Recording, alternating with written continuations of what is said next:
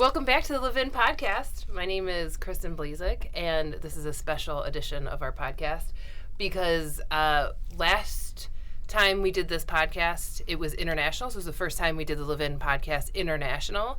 And then now we've brought you from international to domestic. So now you're here now. So just really quickly, hello, Molly. How are you? I'm fine. Do you introduce yourself again? Thank you for always having me with you. Yeah, always. Introduce yourself for everyone. Molly Schnoke, I'm with the Center for Community Planning and Development, and Kristen's tag-along. Yeah, that's right, my tag-along. And we're joined today again by our two guests. So, Nick, do you want to start? Sure. You want me to introduce myself? I would like you to introduce yourself. Okay, very good. Yeah. Again. Yes. Nick Zingale. I'm an associate professor at, what do I say? It depends on when this goes out. It'll go out before July 1st, so we can still call it the Levin College. So we have already talked about 2.0 in a previous We've already podcast. talked about 2.0. So you can say both. I guess we would say that the former Levin College of Urban Affairs, soon to be the Levin School of Urban Affairs. Right. So if you're listening to the podcast before July 1st of 2022, it's pre-merger. If you're listening after July 1st of 2022, it is post-merger. And so depending on when you're listening, I would say. Yep. So either way, you're an associate professor. So That's right. That hasn't changed, at least for now. That hasn't changed. And then who else am I joined by? Sasa Drezgic from Faculty of Economics and Business, University of Rijeka, and also head of department for smart and sustainable cities. Center for support to smart and sustainable cities of University of Rijeka. Awesome. Are we allowed to say you're a dean yet? I'm newly elected dean I will be on duty from 1st of October. Right. Congratulations. This year. Congratulations. Thank you. All right, so we've talked about before about smart cities. So what are we going to be talking about today to continue that conversation? So today is about something we're calling Society 5.0. And you can think of Society 5.0 as the work that's being done right now at the human-machine interface that will have an impact on human experiences in the future and even to the extent of human existence, the way that we conceive of ourselves existing in the future. Lots of big thoughts, and I'm happy to explain more. I would love to know more about it. I just am like, are we going to end up in the Matrix? Is that, I think that's the question I have right now. Are we going to end up in the Matrix? We may already be in the Matrix. Not what Kristen wanted to hear. Not what I wanted to hear. So let me contextualize it a little bit better for the audience, and so we think of why do we call it Society 5.0? So you can think of major transitions in society happening over 4 phases.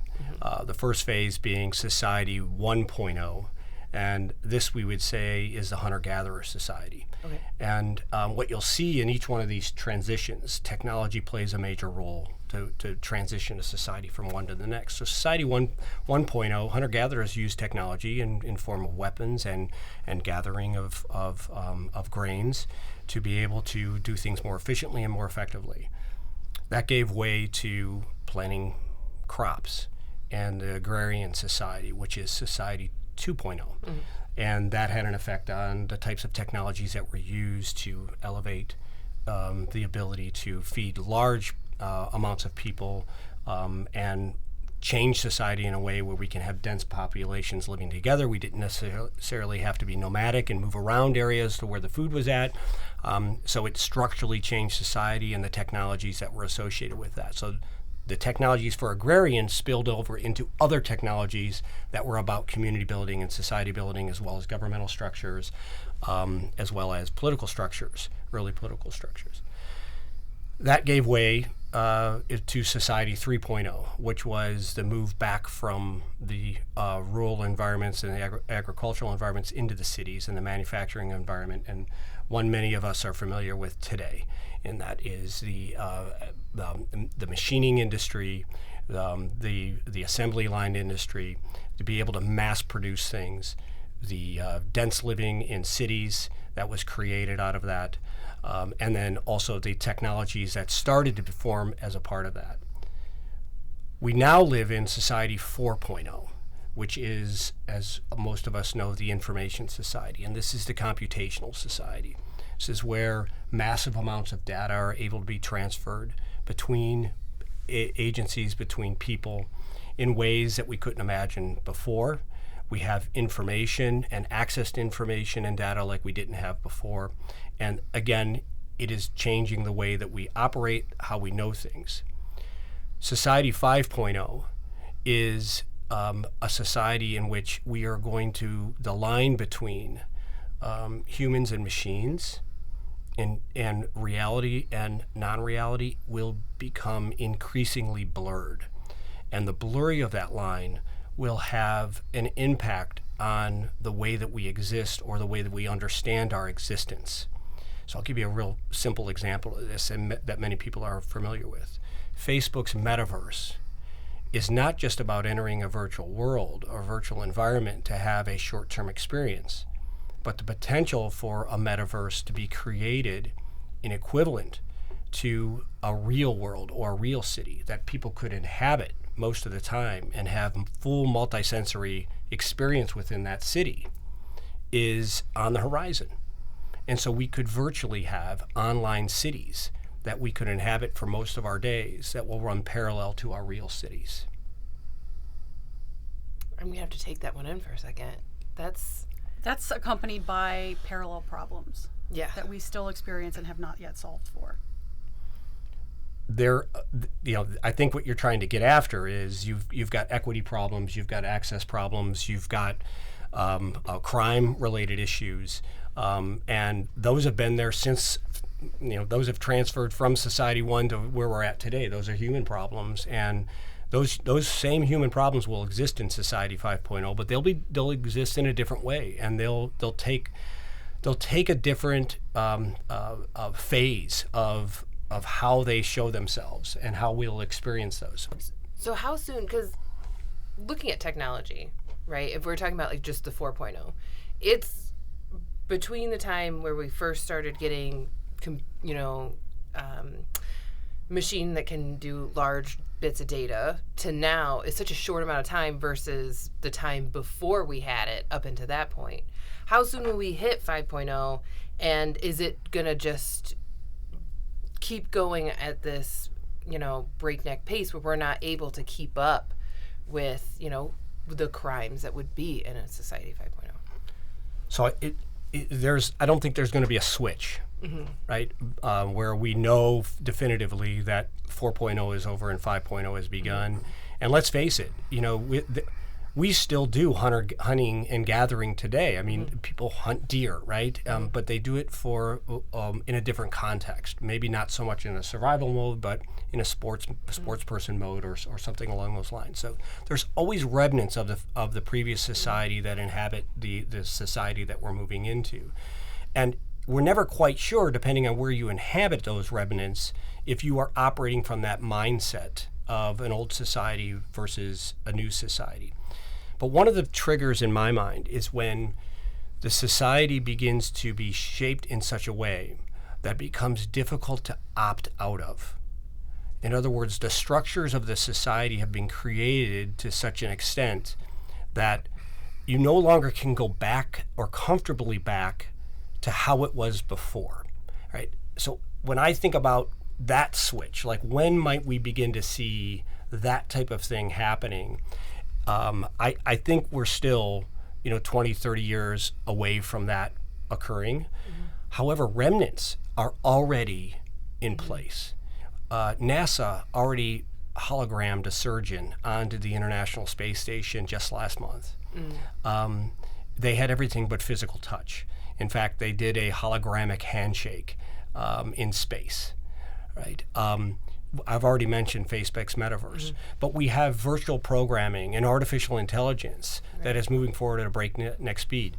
One of the activities that we're involved with, Cleveland State's involved with right now with Case Western Reserve University, is the Human Fusions Initiative. The Human Fusions Initiative, we just sent tactile sensation touch from a human being in Cleveland, Ohio, to the end of a robotic hand at the UCLA and their robotics lab, where the person in Cleveland had tactile experience of what that robot was touching in UCLA. This is the movement of multisensory transfer that we talk about, which is the sensation of touch happening over the airways. We do sight and sound already, we take it for granted. But at some point, we're going to be doing tactile sensation. At some point, we're going to be doing olfactory sensation, right? It is going to move to the level where we're going to feel what we refer to as future presence or telepresence, as though we are somewhere else than we are exist in reality. So those next 20, 30 years, though, were a bridge period.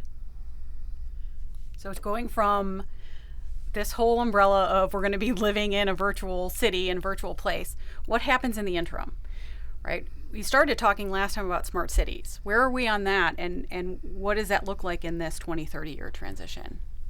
Yeah, so smart cities, it's astonishing to say this because our last podcast was on smart cities, and it was, what, a year ago? No, it was in 2020. 2020. Because we started talking about smart cities and the fact that we're seeing the inequities. It was like glaring in 2020 because the people who had money had the internet, and the students, specifically in education, the students that were in lower income households didn't have internet, and yet they were expected to virtually be at school. And so we saw this difference, how soon can we get Wi-Fi for everyone? How soon can we get smart cities for everyone? Because it was just, I want to say it was April of 2020. Yeah. I swear. It's about 2 years ago. Yeah. But the state of Ohio just announced this month the statewide broadband program, right? So even then that was a 2-year lag. Yeah. Yeah. It just feels so yesterday.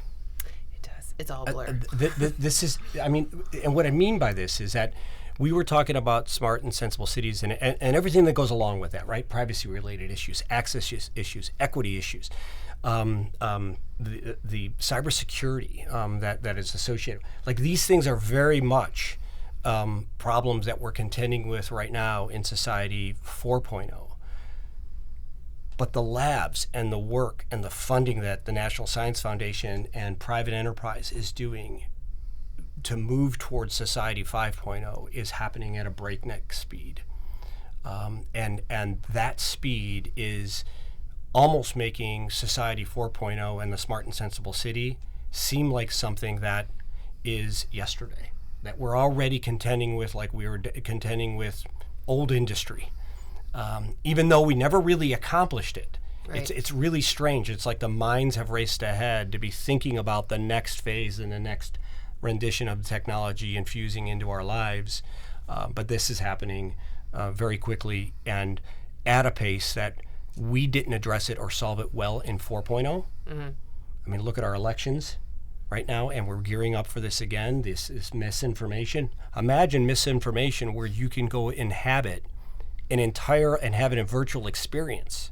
So now, not just something I'm reading, but I can go have a virtual political experience that will convince me of some other reality that could shape some way that I might vote or conceive of something in the real world. But it is another reality. But that's a U.S. perspective. So how does Europe think about these things? What is the difference? Is it is it the same, or are there other concerns? Yeah. I would like to address a couple of points actually following up to what Nick said. I really think that globally, if you look at the international scene, we are living in all these societies still. And it is interesting to see that basically if you look at the smart cities and also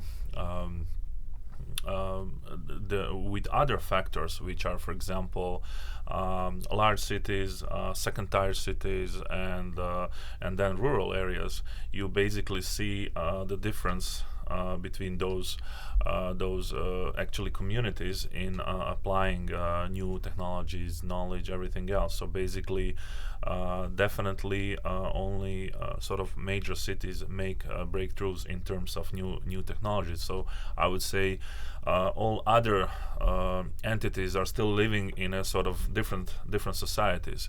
Also, what I noticed, I remember last time when I was visiting here, we were together at the Case Western, and I had to say I was impressed by application of new technology. We were using VR glasses, looking at holograms and those kind of things. And I thought, this is kind of edge of technology. But then I was actually surprised when I came back to Europe, to Croatia, and I found out actually when visiting some company, I was telling them about my experience, and they said, "Oh yeah, we already have this for half year," and we are doing that. Mm-hmm. So basically, this company was using VR glasses to cooperate with some machinery in distant countries. So I was actually shocked, and actually what I realized actually that in my opinion, public sector is lagging. So private sector is actually on the edge of technology, basically in all developed countries, and the public sector has problems. So and then we come up to the idea of transitioning towards Society 5.0, and the problem that of the Society 4.0, where the smart and sensible cities were kind of cornerstone, we never got there. So what we had a sort of let's say piloting. We had a dominance of technology. We had a lot of technology, but nobody actually find a way to use it, to go through all these legal, financial, budgetary, regulative procedures to incorporate all these technologies within the cities. And now, new technology is coming, and the question is like whether the difference will actually even increase between, again, private sector and public sector. So actually, what I see, we have same problems internationally. What I see here in US, I see same outcomes like in Europe and other groups of countries, but sort of even though the setup is different, regulation is different, procedures are different, but nobody actually manages to incorporate this. Since we are really cooperating in University of Rijeka, we are actually cooperating with a lot of companies and also multinational companies like Ericsson and so on. What we actually see when discussing with engineers, they're saying we don't have problems with technology. We have problems with, we need economists, we need planners, we need law schools to resolve all these limitations for the application of technology. And this is basically something global. And that's why I think all the things that we're actually doing together have really high value, because we are able to compare use of similar technologies on a different in a different circumstances, and I think we can draw really good examples and conclusions about how to resolve these issues, because we have a number of examples of good practices, but we have problems in scaling up. So I think really that our network, especially, I would say, boosted with the fact that we are very happy that our university became a new affiliate member of Public Interest Technologies University Network, where we cooperate together with Cleveland State University, where we want to expand precisely this kind of strength that we have in network to sort of broaden up our views and also find particular solutions which might be available globally. Okay. Very good. I got a question to you. What? Yeah, go for it. I have a lot of questions. It's all kind of like sinking in, like the whole Starting to. Yeah, like what to look for in the future, because the only thing I can think of is in Back to the Future, they had flying cars, and we thought by 2015 we'd have flying cars, right? And this is almost like saying, well, we're not even going to worry about flying cars because we'll just virtually experience flying cars in this society that we'll be in. But I guess my question is, so while we'll have to have jobs that will support, right, this virtual space. What will happen? Will we still need the same types of jobs that we have now to support basic infrastructure that we'll still have? Like, we'll still need roads, we'll still need all these things. So how do these two correspond with each other? So this, the question here that falls under, the future of work. Mm-hmm. What does the future of work even look like? Right. If you imagine, if I could take you on, out into the future a bit, it would not be surprising to me that we have either avatars or robotic workers that are doing most of the mundane type of work. The likely the interface that's going to be occurring is what we're referring to as an avatar interface. And we're so used to looking at a worker from a human body, right? I happen to be fortunate to be on a panel in Santa Clara just a month ago with some researchers, neuroscience researchers, that were looking at this. And that the purpose of that panel was to look at the transfer of touch and embodiment and how we think about embodiment and transfer of touch.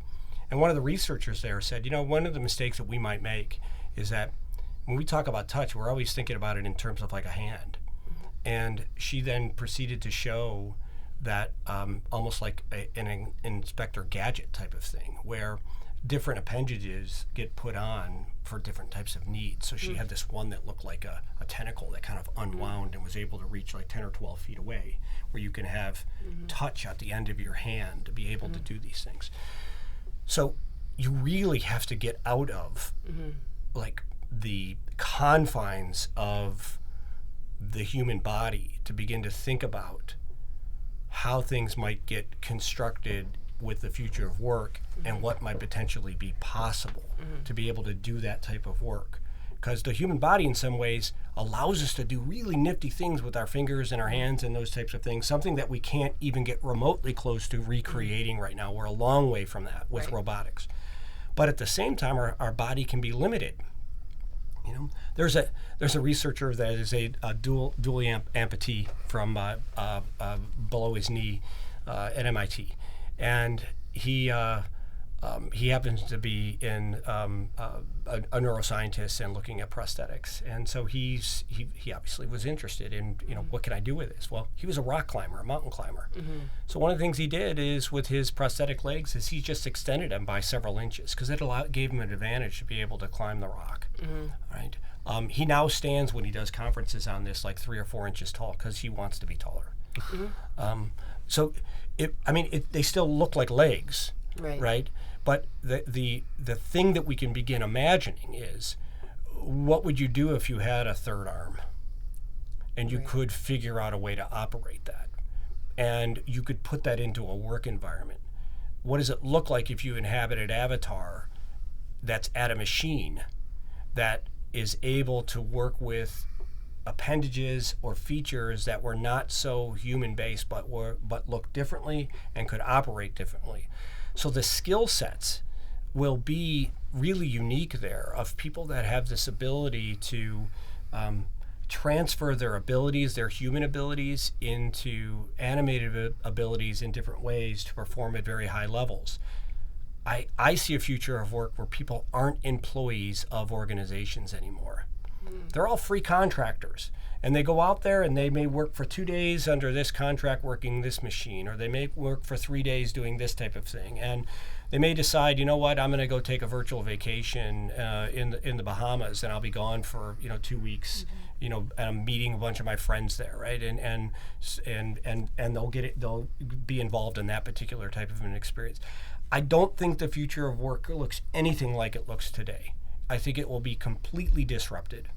The lines will be completely blurred between what humans do and what robots do, and in fact there'll be a lot more in between where humans interfacing with robots and other types of machines will be taking place.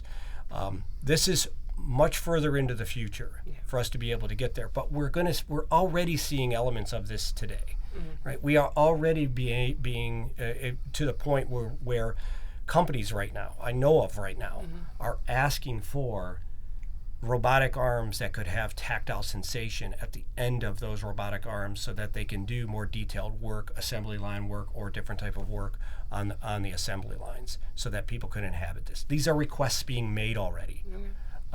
This is not unique. I would add to that maybe a couple of interesting points. The question is what kind of industries will be replaced by robots and machine and AI. And I think traditionally we were actually thinking about kind of jobs in the industry, automotive industry, which was already in place. But interestingly, if I compare US and Europe, maybe I'm wrong, but here I see kind of abundant sector of hospitality, with a lot of restaurants, hotels, and where basically I don't see problems within the workforce. For a difference in Europe, we have huge shortages of workforce in these industries, in these actually services. And I think already a couple of months ago in Croatia, there's a first restaurant where actually robot does the cooking and serving. So the thing is, I think these kind of changes will be also pressured from the demographics, from the kind of fundamentals. If you don't have labor market, then you are actually forced to do something about that. And even though I think as human beings we don't like actually to be served by robots at this point, we might be forced to do that, and that will be kind of transition of the major, especially for some economies, which are, for example, which are kind of focused on tourism. It will be major shift of workforce, and the question is, what these people will do after that. Also, I was thinking about the involvement of AI. So there are already proofs that AI can solve some problems that human mind can even not imagine. So when we think about jobs in consultancy, in research, maybe professors will be replaced. Maybe kind of will be obsolete in research. We will be able to teach, but research will be transferred to AI. So many interesting questions in terms of kind of these sectors and industries actually can come out from new technologies. So let me add to that a few things on this, right? Because Sasha brought up a bunch of really good points. But one thing that I want to stress in this is that when you asked me initially about Society 5.0, I was intentional, and I said it will expand human experience and existence. I think one of the things that people begin to think about is that the replacement of the human being within a societal structure. I don't know that I believe that, right? I still believe that the human being evolving over so many years into the society that we live in right now, that this will be another evolutionary movement for the human being. But I still think the human being will continue to be the human being. I think the role of the human being will be expanded through technology, much like technology has expanded what human beings have been capable of doing for a long period of time. I mean, I can't move at 55 miles an hour, but that tech can be expanded when I hop into a technology I call an automobile, right? And do that. I can't jump where I'm at right now and land on the moon. Right. But my ability to do that can be expanded through technology. Right. So to me, this is the next evolution of this expansion that's taking place.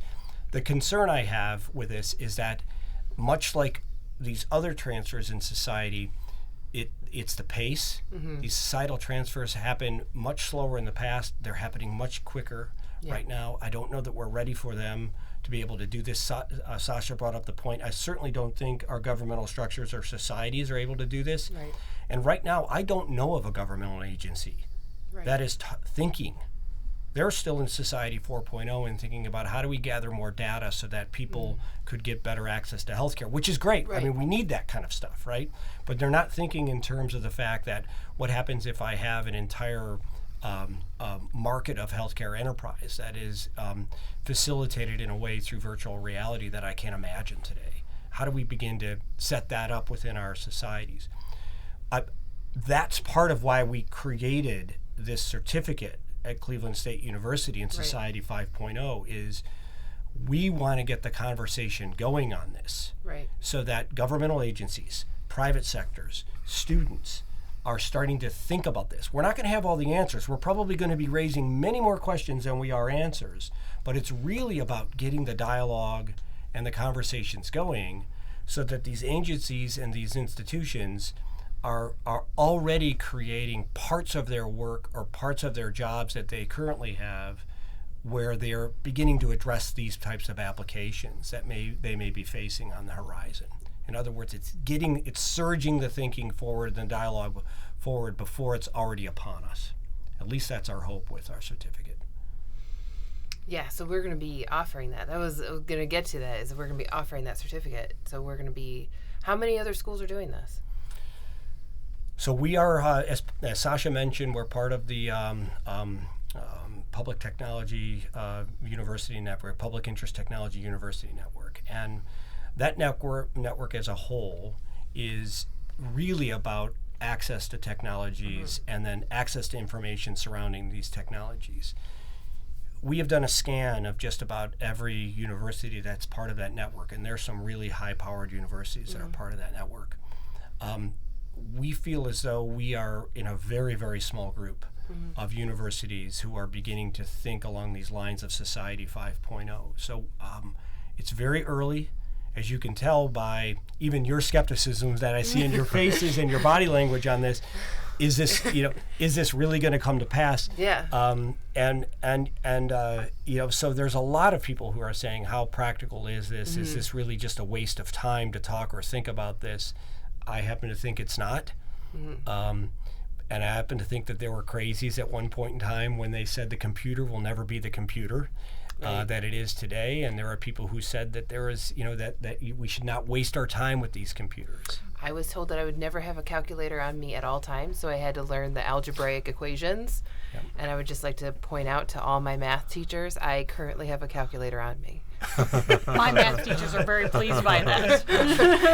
So if I need to do any calculations, I have a calculator on me right now. In fact, you have a calculator in the form of a cell phone or mobile phone that's on you that is more powerful than computer systems in the 1950s that took up entire rooms and needed entire cooling systems to make sure they didn't overheat. Yeah. And you've got it in the palm of your hand and it's capable of doing But more. It still requires me to interact with a human being in other aspects of my life. And so part of the question is, I'm a skeptic. You and I have had many conversations about this. I'm one of your skeptics for different reasons, but in part because sort of the questions of what makes us human, right? And how we live out our lives. And also truly understanding what the physiological consequences are of this kind of technology, right? So we have yet to truly appreciate and understand what this can do to our evolutionary development and our brain chemistry, right? And our brain responses. And so, in thinking about virtual places, you're talking about, add a third arm or recreate touch. And I'm thinking about the ability to recreate even the room we're in and all of the sensory information that human beings take in that you're unaware of. The temperature of the room, the smell, right? I mean, in all reality, human beings are animals, right? We live in the animal kingdom. And you pick up different chemical reactions in your environment, right? You smell different things. Can you recreate the smell of walking down the street? You were just in New Orleans. Yeah, there's a lot going on there, right? There's a lot of information you're getting, right? And so could you really recreate a virtual workspace or a virtual city with all of that information that, how should I, without bashing anybody, right? There's imitation crab meat, still doesn't taste like crab, right? And we've been at that for a long time. Sell it in stores all over the place. So how good are we going to really get creating aspects of reality that we don't have full appreciation for and what they do to us? So Sasha mentioned that there is artificial intelligence that is operating at a scale that, quite honestly, I can't comprehend myself. Mm-hmm. There's quantum computing that is occurring. My sense on this is that these types of abilities to create the next rendition, let's say, of imitation crab meat that is closer to reality, may not necessarily be something that human beings, even work on. I think the technologies working with human beings will ultimately start to create these types of environments. One of my major concerns in this world, or in this Society 5.0, and I think is a need in Society 5.0, and we should be engaging in a conversation like this internationally, and that is, what does constitute humanity, or will constitute a human? Mm-hmm. Like, we almost need a constitution for humanity to be able to establish some guardrails on what's going on. So the edge you're on right now, Molly, that you're talking about is really at this interface between what I think about in terms of artificial intelligence becoming artificial consciousness. That those are two different things. Mm-hmm. Artificial intelligence is about knowledge and the processing of information, and being able to do that at ways in which you can create understandings and information. Artificial consciousness is the way that you experience, feel, and implicitly and tacitly organize yourself in the world. Right now, we are all conscious and aware of one another that are there. At least we think we're conscious and aware of one another that are there. But the issue of consciousness is a really interesting a conversation. There's a lot of philosophical. There's a major philosophical break with consciousness, and I'll give it to you this way. There was a lecturer that came into Case Western. His name was Sylvester Johnson, and he gave a lecture on can robots experience pain? Mm-hmm. Okay, so is pain a sensation of consciousness? Right. When I am under anesthetic,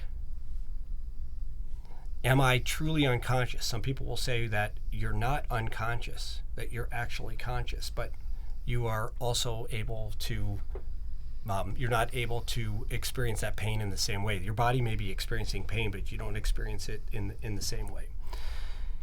It's not really, it's part of what argument that he was making, but he made a much more profound argument that has stuck with me ever since.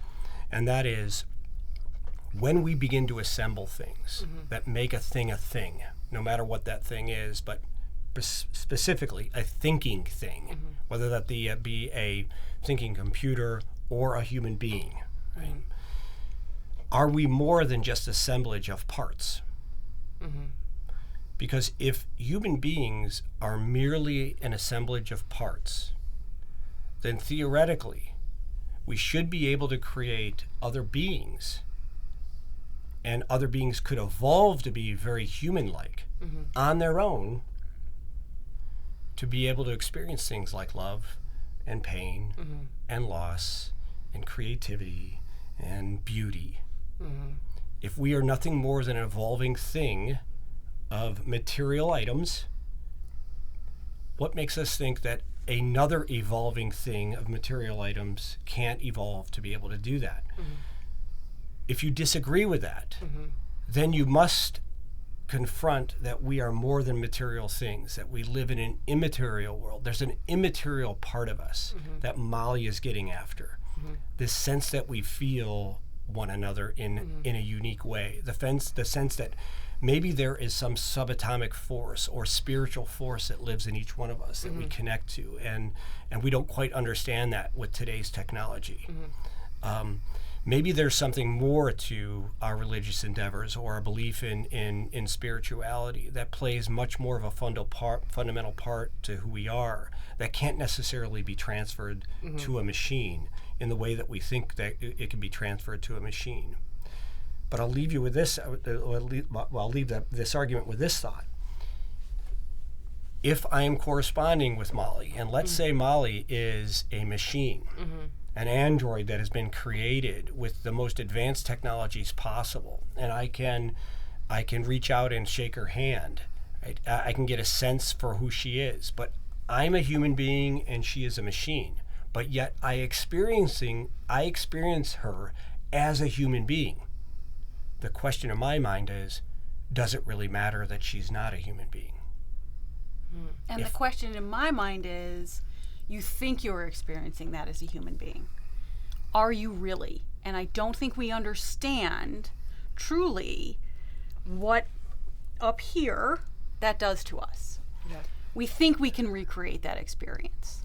When people enter a virtual world and within 20 seconds feel like they're standing on top of a building and they have a difficult time distinguishing that they're not, that tells me that the human brain allows that transfer to happen a lot easier than we'd like to think.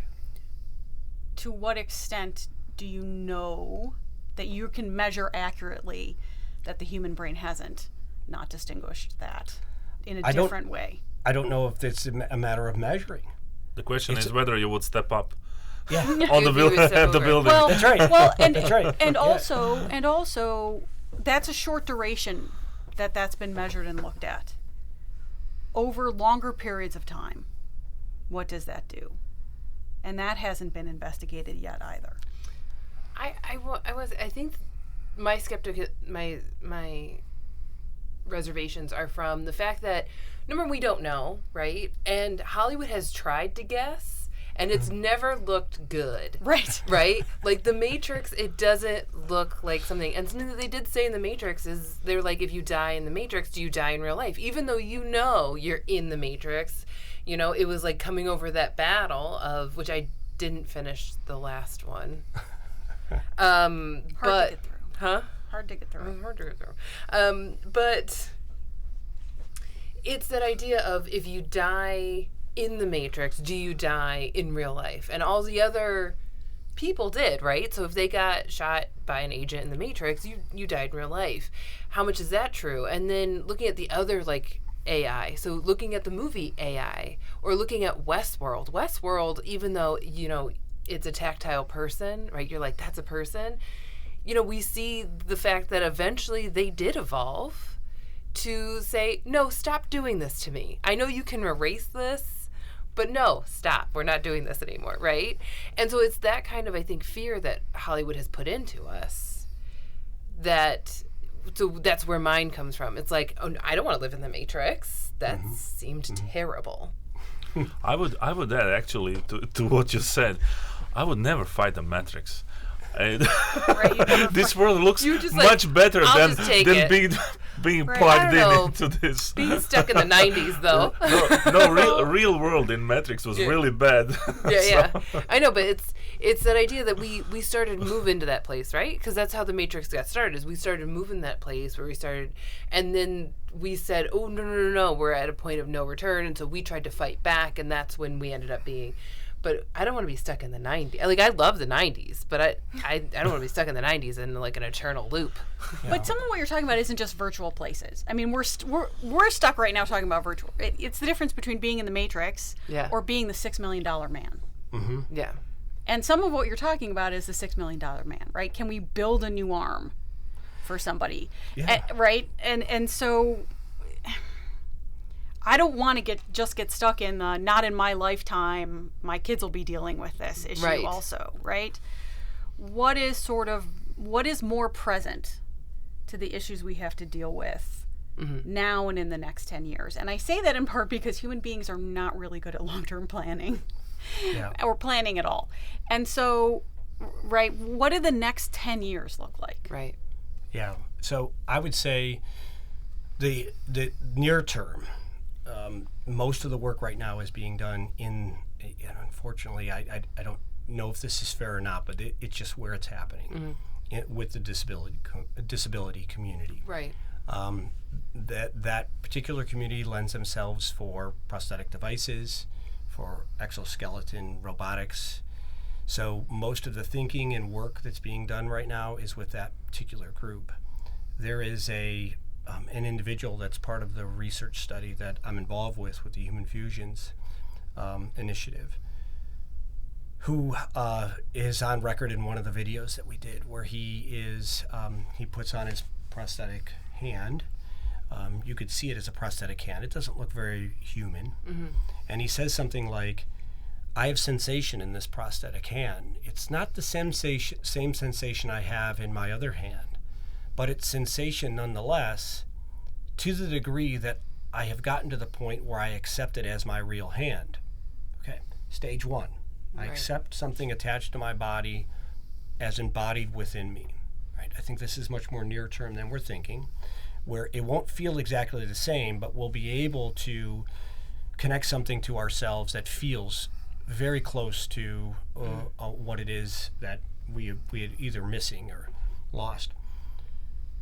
But then we do something with that hand, right? We remove the prosthetic, and we put the prosthetic hand in another room, and the individual who has embedded sensors in his forearm that allows that prosthetic hand to work as it's attached to his arm.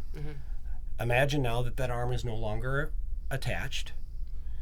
It's in another room, and he is picking up balls, and he's shaking hands, and he's squeezing tubes of toothpaste, and he is doing that with his arm in the other room. Okay. He looks at that situation and he says, this is almost like I don't have a disability. Like I now am better than a human. Like I have abilities that other human beings don't have because of the technologies that's been afforded. I think that's our 10-year horizon, that we'll be looking at that type of technology being used to send tactile sensation along with our video and our audio. I think tactile is the next frontier. I think within 10 years we'll be seeing much more with transferring tactile sensation. A huge hurdle that we have to get beyond, that is a computer science problem. So any computer scientists folks that are out there, and many of them are working on this, and that is we have to figure out lag. Yeah. Lining up audio, video, and tactile is extremely difficult. It's one of the reasons why people get sick in virtual worlds. They experience virtual reality sickness. It's because of the misalignment of that.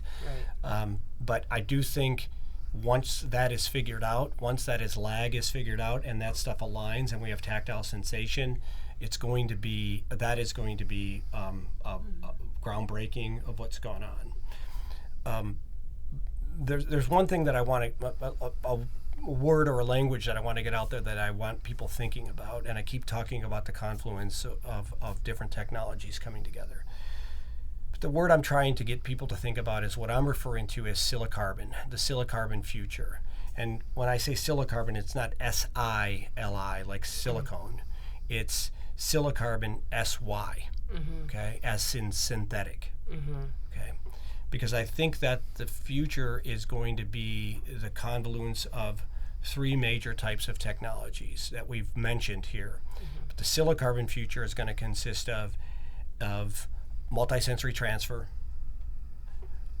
advanced augmented and virtual reality worlds that we can multisensory transfer into, and then artificial intelligence working at a large scale and a massive scale that allows those virtual worlds to work and be created in different ways that will lead to the sensation of artificial consciousness, and the way that we can kind of feel conscious in these types of worlds or experience these worlds. I think that silicarbon future will have a long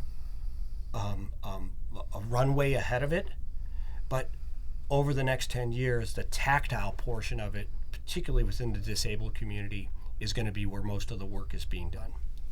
I think as long as we take it in steps, it's a lot to take in, of being like, in 50 years, this is what's going to happen.